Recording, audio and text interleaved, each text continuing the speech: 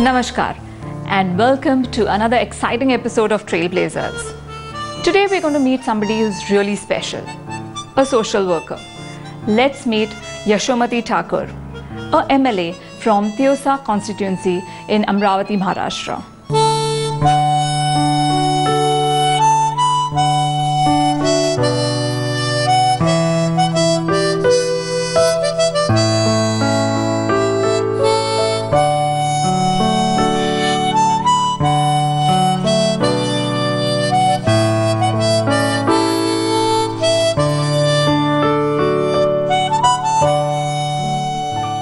I was born in Amravati, and my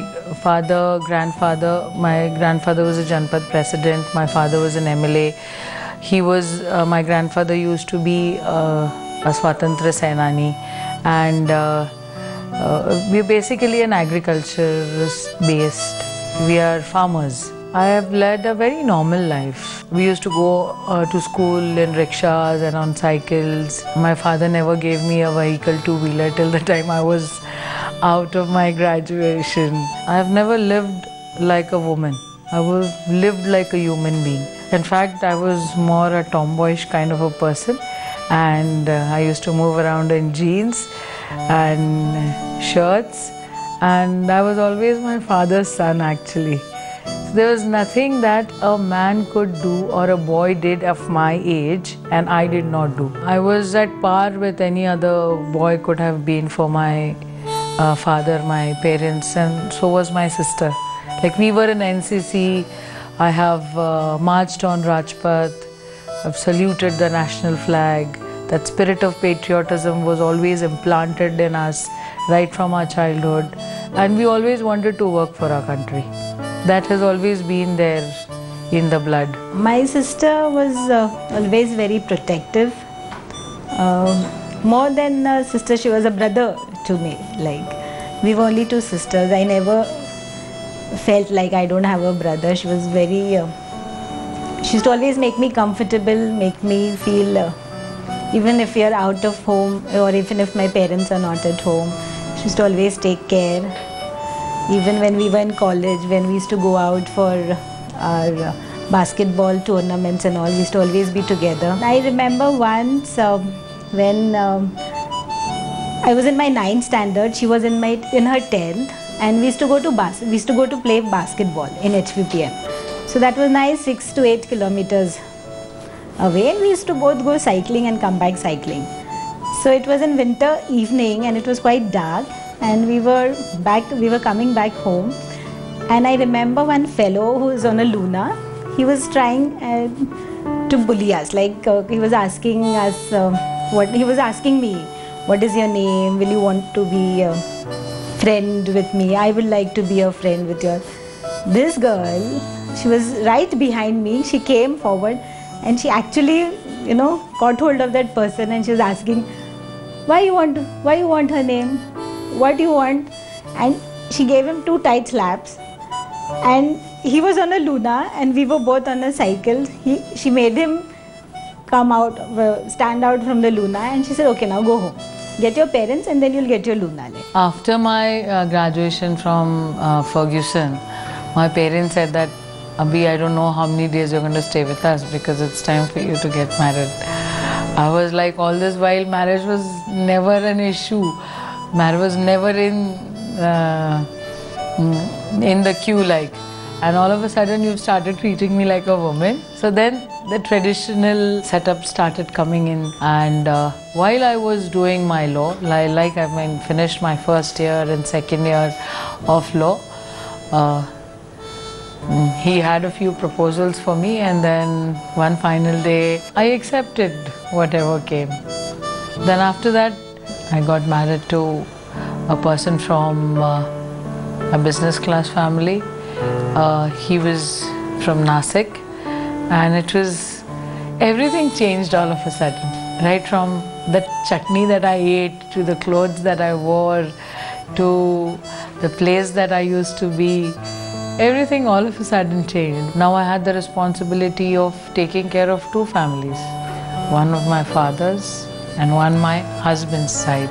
Though as per societal norms, Yashomathi got married in 1999 and had 2 children, her social consciousness would not let her sit idle. Despite being based in Nasik, she travelled to Amravati seeking ways to help people. And then I actually didn't have any time to think, because I got my first child was born exactly 1 year after my marriage. My second child was born 1.5 years after my first child was born, and then I was very busy. I was very happy with my family. Life was going on, and then my husband said that, why don't you complete your post-graduation in law? So I was like, fine. It was just all of a sudden that I lost him. He was there in this moment and he was not there the next moment. It was very difficult to swallow the fact that my husband's not going to be there with me all my life now. Now these 2 children, I have to live it all on my own. You know, though everybody was there was no life left in life. It was this kind of situation. But my father, my parents, they were all very strongly with me. My sister, her husband, they're like, "ठीक है, whatever has happened is very sad, but you don't need to feel alone and you don't need to feel lonely." I remember it was the 17th, 18th day of having lost my husband, and there was a huge storm in this area, and my father was like, "Please go out of the house. You're not born to cry. You want to help people. I cannot tolerate this, that you are sitting in one room and doing nothing. It's high time you walk out of the house." That time I thought that he was so rude. How can he not understand what my situation is? And he literally took me by his hand and he said, "Atta gaadi bus, sit in the car and please go and help those people instead of sitting and crying over here." And then I went over to the village. Wahan pe, when I went to that village, I started seeing people, their houses were broken, and it was a very disturbed kind of a situation. So I started working on how to help them. When there I met a woman, she came very close to me and she said ki, in a vernacular language, she said ki, when I lost my husband, my child was in my womb, and now that child is becoming a doctor. So she said it in Marathi ki, "Tumhi to mothya mansachi पोर आहात. You are a big man's daughter. Come out. You will also have a big life. Come, I'll also help you. You also help me that way." So that moment was the moment where I really changed myself, and then I started working, and then I'm still working. Once I remember that, especially when we talk about a single parent, a single woman, she is performing the various roles as a mother, as a daughter, as sister, as a friend. I see her, she's amazing. Quite often, who you are is defined by the family that you come from. Same thing happened in case of Yashomathi.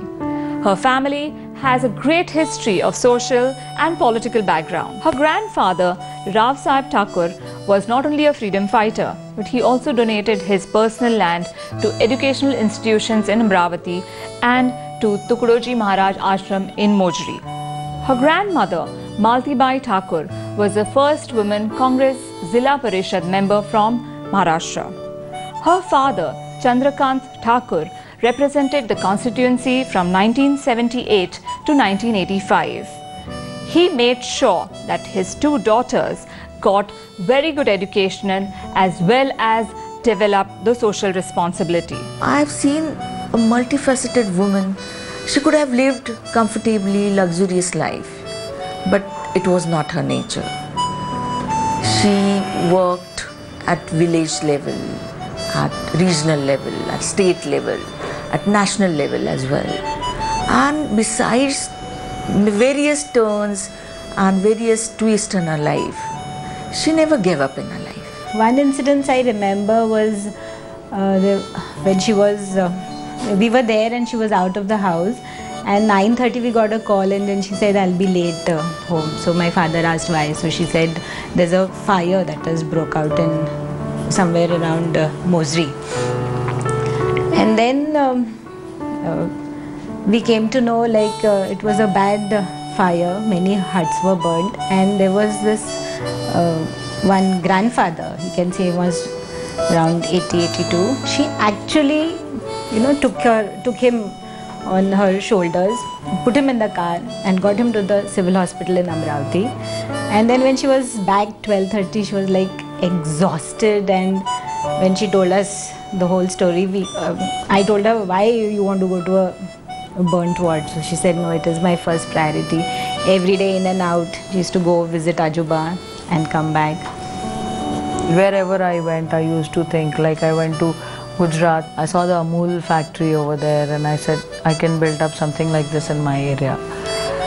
Then I saw those textiles, and I said, we can do something like in my area. So this is how I learnt. And in 2009, I was given the ticket again of the same party, and I won by a huge margin. Being elected from a constituency of 375 villages, it wasn't easy to reach each and every person. It was because of Yashomati's sheer willpower and inner strength that she managed this. I developed that talent of visualizing things and implementing them. So in my area, we have Rashtrasanta Tukroji Maharaj Samadhi. He is a person who was a freedom fighter and who developed the science of developing the nation. I will put it this way. His basic idea was, if you can develop a village, you can develop your whole nation. And he's written a book which is called as Grama Gita. We know Gita, but Grama Gita is the basics of a village and what a person from or what the rural society should do. So I presented an Arakhada to the government. Like I selected a few villages to be formed according to his Grama Gita. The basic necessities of the village, the roads, the drainage system, the water distribution, the electricity. We celebrate his Punya Tithi every year, and a huge crowd pours in near his Samadhi, which is in Mojri. So where people thought that this is a rural constituency and nothing can be done, I have developed tourism, religious tourism, eco-tourism in a big way. Like there are Siberian birds coming up over here, and we could form a cluster, and we have called it a bird sanctuary, Lok Goshit Bird Sanctuary. And now people have started taking note of it. Even the government is taking note of it. So development is coming, tourism is coming, per capita income is growing. We have Rashtrasanta Tukroji Maharaj, we have Gadge Baba's Nirvan Bhumi. Gadge Baba was a saint who all his life went on teaching the society at large the importance of cleanliness. And where he breathed his last, that place was in a very sad state. And there was a Vruddhashram, and it was also not taken care of. I said, let me encash this. Let me implement here whatever he taught. And I said, let me beautify this place. Then I went on designing the ghats and the rivers and cleaning up of the rivers and making the same basic facilities for the village over there. And his Nirvan Bhumi has now come up in a very big way. We're developing a plan of almost about 40 crores over there, and government has helped us. Maharashtra government carries on a yojana in the name of these two saints, Rashtrasanta Tukadoji Maharaj and Gadge Baba Gram Swachhata Abhiyan. So when the government itself carries on a Gram Swachhata Abhiyan on these saints' name, it is my duty as the representative of this area to see that justice is done to the places where these people worked, and it has to look good, and people have to come in over here, and tourism has to grow, and we have to show it to the world that how great these men were. And I worked on it, and I was successful in getting funds, and I have developed, like we're implementing it even today. Like we have a meeting of all these arakhadas, and the principal secretary and the planning secretary and the caretaking ministers are coming, and we're going to discuss on the development and see how it is being implemented. Ever conscious of the requirement of spreading spiritual strength in the society, Yashomathi convinced the government to give 225 crores for the development of 3 significant ventures in this area. One of Gadge Baba from Valgaon, the life of Tukadoji Maharaj, who wrote Gram Gita, the third one being birthplace of Rukmini, Kaundanyapur.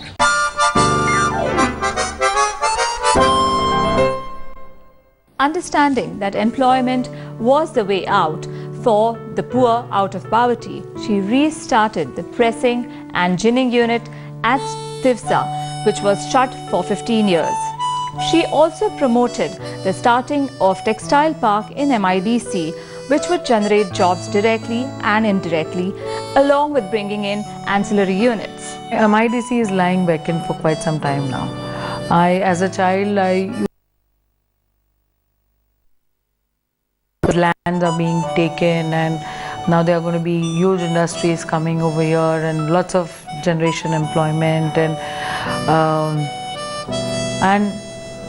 all these talks. I knew that there was some kind of chemical zone which was sanctioned, and then people really objected on it, and they showed their displeasure, so it was all cancelled. And then again there was just a power plant coming, anything and everything coming over here, and we are just objecting.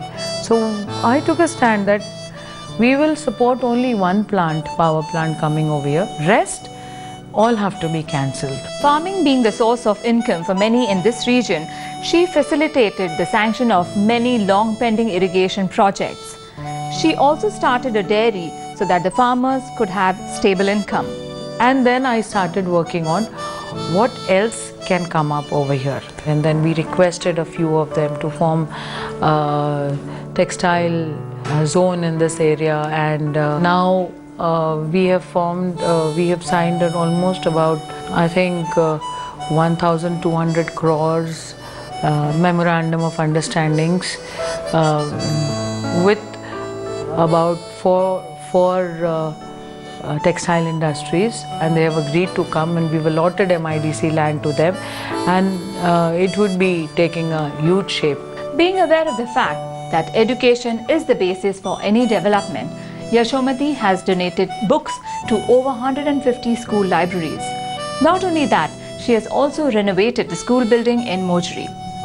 Extremely sensitive to the fact that students who do not do well in academics get demoralized, she holds many workshops and seminars for students who have failed in 10th and 12th, and encourages them to participate and excel in other spheres of life. Yashomathi keeps her focus on the poor and needy, making sure that the children who cannot afford to go to school get education through donations. She also has reduced the dropout rates of the girls in villages from school. She has started many self-help groups to help rural women to become financially independent. Not only that, she has tried to contain malnutrition in the tribal areas of Melghat. She is a wonderful daughter, making her parents proud of her. Every parent will want to have a daughter like her. If you see her children, if you see them, you will not know she's a single parent. In short, I'm very lucky to have Yashomathi as my sister. It all starts with thinking in the right way. You think right, right things happen to you. You think positive, you work on in a positive manner. I'll put it this way. Face your back towards the world and the world is at your back. So you get what you want. If you really want what you want, you get it. That's all for today. See you next week, same time. Bye.